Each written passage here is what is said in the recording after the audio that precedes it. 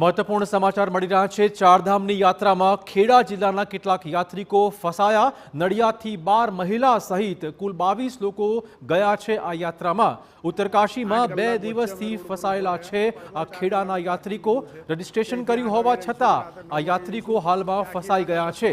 ભારે ભીડ અને ટ્રાફિક જામના કારણે કલાકો સુધી વાહનોમાં બેસી રહેવા તે મજબૂર જોવા મળ્યા છે। ભોજન અને રહેઠાણ ઉપરાંત કોઈ પણ પ્રકારની મદદ ન મળતી હોવાનું તેમણે આક્ષેપ કર્યો છે। રજીસ્ટ્રેશન કરાવ્યા બાદ પણ આ પ્રકારની સ્થિતિ કેમ, આ સવાલ તે આજ પૂછી રહ્યા છે। ઉત્તરાખંડમાં અનેક રાજકોટના લોકો પણ ફસાયા હોવાના સમાચાર। ચારધામ યાત્રામાં હજારો લોકો ટ્રાફિક જામમાં ફસાઈ ચૂક્યા છે।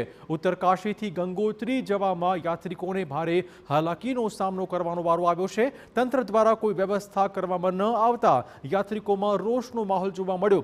દુકાનધારકો બમણા રૂપિયા વસૂલતા હોવાનો પણ તેમણે આક્ષેપ કર્યો છે।